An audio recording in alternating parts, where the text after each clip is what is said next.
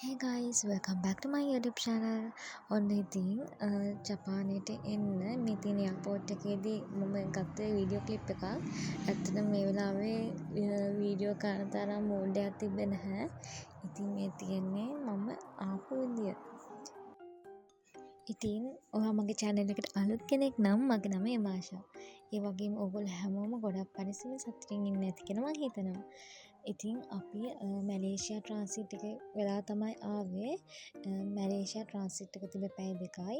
දෙකමාරක් වගේ.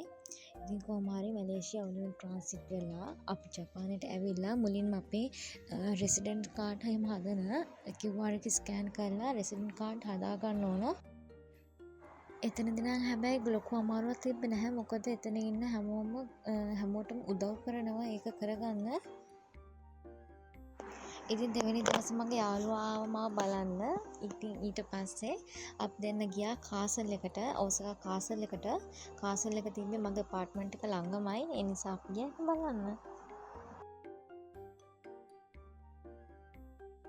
ඉතින් එදා එයා මට කෑමත් අරන් ඇවිල්ලා තිබ්බා. ඉතින් අපි ඒවත් කාලා අපි ගියා චුට්ටක් සිටි එක වටේ බලන්න.